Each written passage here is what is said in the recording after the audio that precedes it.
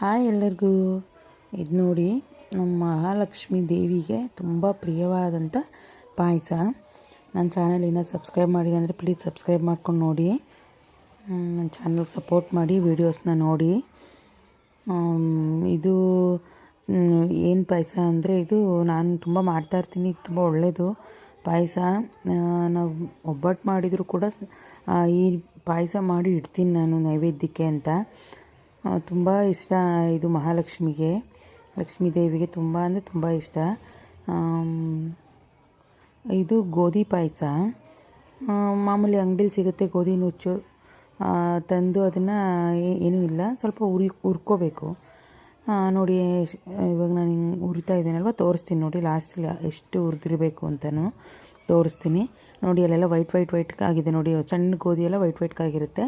ಇದು brown colour ಬಂದಿರುತ್ತೆ ಸ್ವಲ್ಪ. ಆವಾಗ ಚೆನ್ನಾಗಿ ಹುರ್ಕೊಂಡು ಈಗ ಒಂದು ಸಲ ತೊಳೆದು ಹಾಕೋಬೇಕು.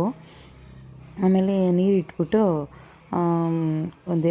ಎರಡರಿಂದ ಮೂರು ಕೂಗು ಕೂಗಿಸಿದ್ರೆ ಚೆನ್ನಾಗಿರುತ್ತೆ. ಒಂದು 3 ಕೂಗು ಕೂಗಿಸ್ಕೊಂಡು ಒಂದು ಪಾತ್ರೆಯಲ್ಲಿ ಬೆಲ್ಲ ಹಾಕ್ಕೊಂಡು ಕರಗಿಸ್ಕೊಂಡು ನಾನು ಸೋದಿಸ್ಕೊಂಡು ಇಟ್ಕೊಂಡಿದ್ದೀನಿ. ಅದು ಬೆಲ್ಲ ಸೋದಿಸ್ಕೊಂಡು ಇಟ್ಕೋಬೇಕು.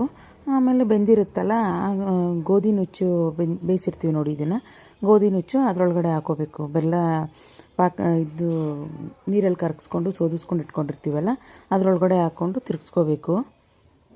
ಅದರೊಳಗಡೆ ಹಾಕ್ಕೊಂಡು ನೀಟಾಗಿ ಈವನ್ನಾಗಿ ತಿರುಗಿಸ್ತಾ ಹೋಗಬೇಕು. ಅದು ಸ್ವಲ್ಪ ಗಟ್ಟಿ ಇರುತ್ತಲ್ಲ ಬೆಂದಾಗ, ಅದೆಲ್ಲ ಒಡೆಯೋ ಥರ, ಗಂಟೆಲ್ಲ ಒಡೆಯೋ ಥರ ಚೆನ್ನಾಗಿ ತಿರುಗಿಸ್ಕೋಬೇಕು. ಆಮೇಲೆ ಸ್ವಲ್ಪ ಏಲಕ್ಕಿ ಹಾಕಬೇಕು. ಏಲಕ್ಕಿ ಪುಡಿ ಖಾಲಿಯಾಗಿತ್ತು ಅಂತ ನಾನು ಏಲಕ್ಕಿನ ಕುಟ್ಟ ಹಾಕ್ಕೊಂಡೆ. ಆಮೇಲೆ ಅಷ್ಟೇ ನೋಡಿ, ತುಂಬ ಈಸಿ ಇದು. ಸ್ವಲ್ಪ ಹಾಲು ಕಾಯಕ್ಕೆ ಇಟ್ಕೊಂಡಿದ್ದೀನಿ ಸೈಡಲ್ಲಿ ನಾನು.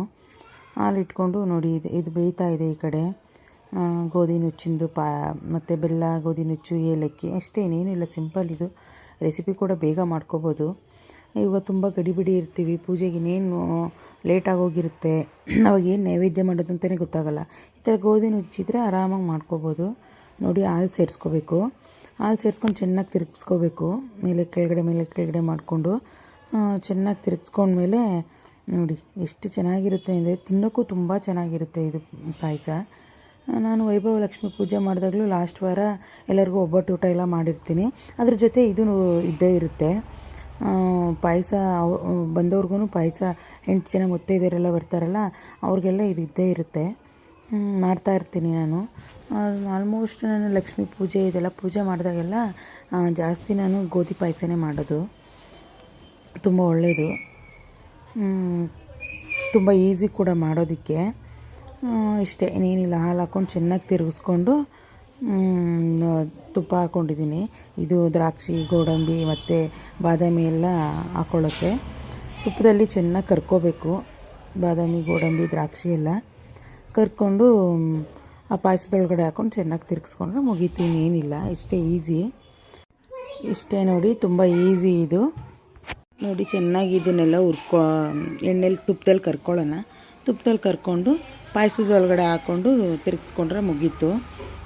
ತುಂಬ ಚೆನ್ನಾಗಿ ಬಂದಿರುತ್ತೆ, ತಿನ್ನೋಕ್ಕೂ ತುಂಬ ಚೆನ್ನಾಗಿರುತ್ತೆ ಇದು ಪಾಯಸ. ಒಂದ್ಸಲ ಟ್ರೈ ಮಾಡಿ ನೋಡಿ ನೀವೂ. ಎಷ್ಟು ಚೆನ್ನಾಗಿರುತ್ತೆ ಅಂದರೆ, ನನ್ನ ಮಗಳಂತೂ ತುಂಬ ಇಷ್ಟಪಟ್ಟು ತಿಂತಾಳೆ. ನನ್ನ ಮಗಳಿಗಂತೂ ತುಂಬ ಇಷ್ಟ ಈ ಪಾಯಸ. ನೋಡಿ, ಇವಾಗ ಬಂದಿದ್ದಾಳೆ, ಟ್ಯೂಷನ್ಗೆ ಹೋಗಿದ್ಲು. ಬಂದ ತಕ್ಷಣ ಪಾಯಸ ಕೊಡಮ್ಮ ಅಂತ ಹಾಕ್ಸ್ಕೊಂಡು ಅವಳೇ ತಿಂತಾಯಿದ್ದಾಳೆ. ನೀವು ಒಂದ್ಸಲ ಟ್ರೈ ಮಾಡಿ. ಲಕ್ಷ್ಮೀ ನೈವೇದ್ಯಕ್ಕಂತೂ ತುಂಬ ಶ್ರೇಷ್ಠ ಇದು. ಒಂದ್ಸಲ ಟ್ರೈ ಮಾಡಿ, ನೀವು ಮಾಡಿಡಿ ದೇವ್ರಿಗೆ. ತುಂಬ ಚೆನ್ನಾಗಿಯೂ ಇರುತ್ತೆ ಪಾಯಸ ನಾವು ತಿನ್ನೋದಕ್ಕೂ. ನನ್ನ ವೀಡಿಯೋಸ್ನ ನೋಡ್ತಾ ಇರೋದಕ್ಕೆ ತುಂಬ ಥ್ಯಾಂಕ್ಸ್. ಹಿಂಗೆ ಸಪೋರ್ಟ್ ಮಾಡಿ, ಸಬ್ಸ್ಕ್ರೈಬ್ ಮಾಡ್ಕೊಳ್ಳಿ. ವೀಡಿಯೋಸ್ನ ಎಲ್ಲ ಚೆನ್ನಾಗಿ ನೋಡಿ. ನೀವು ವರಮಹಾಲಕ್ಷ್ಮಿ ಹಬ್ಬದ ದಿನ ನೀವು ನೈವೇದ್ಯ ಮಾಡಿ ಇಡೀ ದಿನ. ತುಂಬ ಶ್ರೇಷ್ಠ, ತುಂಬ ಒಳ್ಳೆಯದು. Thank you.